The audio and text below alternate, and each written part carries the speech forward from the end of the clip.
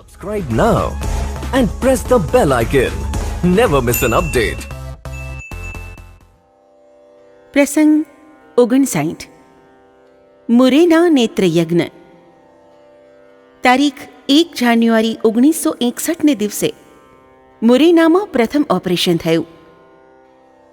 ભિંડ મુરેના જિલ્લો ડાકુઓના રહેઠાણ તરીકે ઓળખાય છે, એટલે ત્યાં કામ કરવામાં પૂરેપૂરું જોખમ હતું. છતાં ભક્તજનોએ પૂજ્યશ્રીની આજ્ઞાથી એ જોખમી પ્રદેશમાં સેવા કાર્ય શરૂ કર્યું. ગામમાં અડધી વસ્તી પહેલવાનોની. દરરોજ સવારે શેરીએ શેરીએ કુસ્તી ચાલે. પૂજ્યશ્રીએ કોઈને પણ ગામમાં ફરવા જવાની સ્પષ્ટ ના પાડી ને સૂચના આપી કે કોઈ પણ માતા પ્રત્યે તો આંખ ઊંચી કરીને ભૂલથી પણ ન જોતા. એક દિવસ પ્રચાર કરવા જતી જીપને ડાકુઓએ રોકી. જીપ પાસે આવીને ઊભી રહી. એ લોકોના સરદારે જીપ પર બાંધેલા લાલ કપડામાં વાંચ્યું: ચિત્રકૂટના સંત પરમ પૂજ્ય શ્રી રણછોડદાસજી મહારાજ દ્વારા સંચાલિત શ્રી તારા નેત્રદાન યજ્ઞ. એણે તરત જ અંદર બેઠેલા ભાઈઓની માફી માંગી ને જીપ આગળ હાંકવા ડ્રાઈવરની સૂચના આપી. પછી પોતાના સાથીઓને કહ્યું, નેત્ર યજ્ઞની કોઈ પણ ગાડીને કોઈ ક્યારેય હાથ ન લગાડતા. તમારાથી બની શકે તો એ લોકોને મદદ કરજો, પરંતુ કશી ઈજા તો ન જ પહોંચાડતા. એક સંત પુરુષ દ્વારા નિસ્વાર્થ ભાવે કરાતા એ પરમાર્થ કાર્યથી સરદાર બહુ પ્રભાવિત થયો. એણે પોતાનાથી થઈ શકે એટલી બધી મદદ કેમ્પને કરી. મુરેનામાં રહેવાની અને નેત્રયજ્ઞનો સામાન રાખવાની બહુ તકલીફ હતી. સરદારને એ વાતની ખબર પડતા ગામમાં જેટલા ખાલી મકાન હતા તેમને અને ગોડાઉનોને લાગેલા તાળા તોડાવી નાખ્યા. પછી કહ્યું, આ બધું તમારે માટે જ છે. મકાન માલિકોને હું સૂચના આપી દઈશ. અહીં આરામથી રહો ને તમારો સર સામાન મૂકો. કોઈ અસંતોષી કે વિરોધી તત્વ દ્વારા હેરાનગતિ અથવા તોફાન ન થાય એ માટે કેમ્પની બહાર તેણે એક રાવટી નાખી ને પોતાની ટોળીનો એક માણસ ત્યાં 24 કલાક હાજર રાખ્યો. એને કડક સૂચના હતી: આ કેમ્પમાંથી એક પણ ચીજ ન જવી જોઈએ. તમારે એની રક્ષા કરવાની છે. અડધી રાત્રે પણ ગમે તેટલા સ્વયંસેવકોની કે વસ્તુની જરૂર પડે તે એ સરદારે નિષ્ઠાપૂર્વક પૂરી પાડી. ડાકુઓના ખૂની માનસ પર પણ પૂજ્યશ્રીનું આધિપત્ય સ્થપાઈ ગયું હતું. સંત દર્શનનો પ્રભાવ શું ન કરી શકે? સંત અને શાસન વચ્ચે આ જ તો તફાવત છે.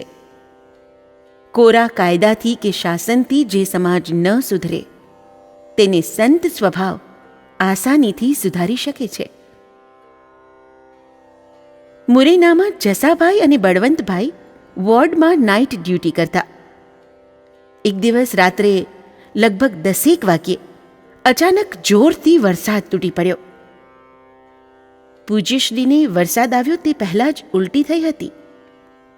તેઓ શ્રી સ્વસ્થ પણ નહોતા બન્યા. છતાં વરસાદની હેલી જોઈને તરત રૂમની બહાર પધાર્યા. સીધા દર્દીઓના વોર્ડ તરફ ઝડપભેર ગયા. ગુરુ મંદિર અને વોર્ડની વચમાં લગભગ 4 ફૂટ ઊંચી એક પાળી હતી.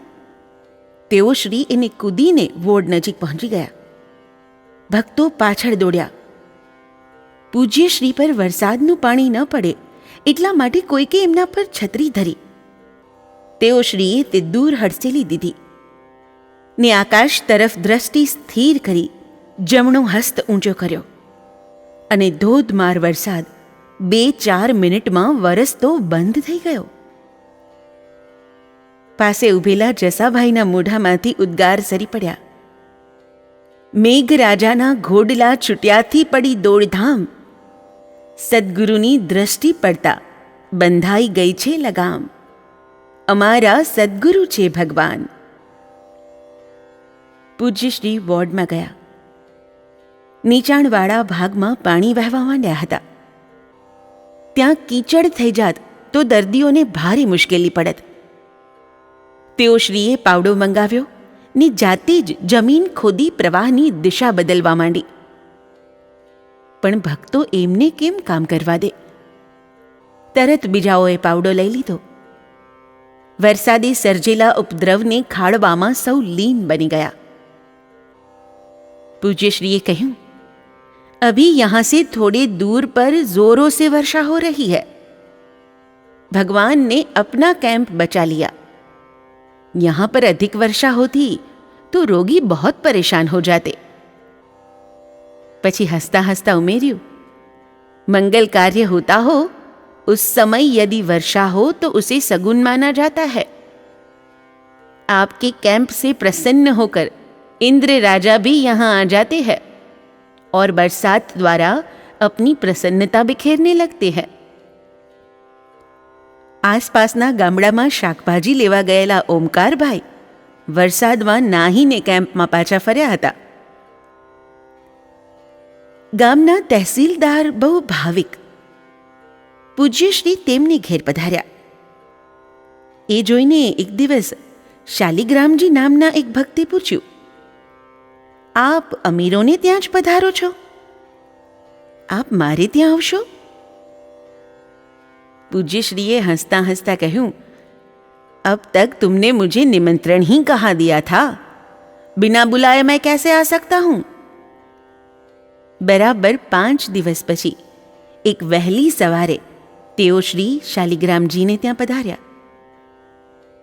ત્યાં દિવાલ પર 3 બંદૂક, તલવાર, બરછી, ભાલા વગેરે શસ્ત્રો લટકતા હતા. ये अस्त्र शस्त्र सब क्यों टंगे हैं? પૂજ્યશ્રીએ પ્રશ્ન કર્યો. એ બધા દેશ રક્ષાના અને દેશ સેવાના હથિયાર છે. શાલિગ્રામજીએ જણાવ્યું, तुमको देश की सेवा करनी है ना, तो इन सबको बेच डालो और मेरे पास चित्रकूट आ जाओ. પૂજ્યશ્રીએ કહ્યું, જેવી આજ્ઞા. શાલિગ્રામજીએ સંમતિ આપી દીધી. ચિત્રકૂટમાં વિરક્ત દીક્ષા લઈને પાછળથી એ શાલિગ્રામ દાસજી મહારાજ બન્યા. જાનકી કુંડ પર આવેલા રઘુવીર મંદિરમાં જે શ્રી લાલજી મહારાજની મૂર્તિ પધરાવેલી એ ખંડિત થઈ ગયાના સમાચાર સાંભળીને પૂજ્યશ્રી ખૂબ દુઃખી થયા. કહ્યું, लालजी पधार गए, शायद अब स्थान में शांति नहीं रहेगी, पर उनकी इच्छा को कौन टाल सकता है? मुरैनाમાં જમનાદાસભાઈ વગેરેએ પ્રાર્થના કરી કે બાપુ, મંદિરમાં શ્રીરામજીની મોટી મૂર્તિ પધરાવવામાં આવે એવી બધાની ઈચ્છા છે. આપની આજ્ઞા હોય તો નટુભાઈ, છેલુભાઈ વગેરે બધો પ્રબંધ કરવા તૈયાર છે. પૂજ્યશ્રીએ અન્ય મનસ્ક જેવા થઈને લખ્યું, हाँ, मूर्ति तो पधरानी ही पड़ेगी, परंतु लालजी तो चले गए. भक्तो आ शब्दों आज्ञा मानीने श्री गुरुदेव की जय बोली उठ्या.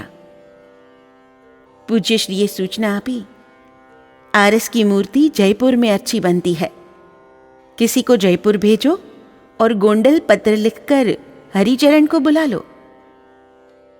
પૂજ્યશ્રીની ઊંચાઈ જેટલી જ શ્રી રઘુનાથજીની મૂર્તિની ઊંચાઈ રાખવા માટે થઈને તેઓ શ્રીનું માપ લેવામાં આવ્યું.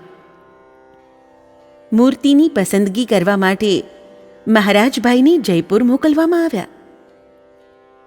હરિચરણ દાસજી મુરૈના આવ્યા. પૂજ્યશ્રીએ કહ્યું, तुम कुंड पर जाकर प्रतिष्ठा की तैयारी करो.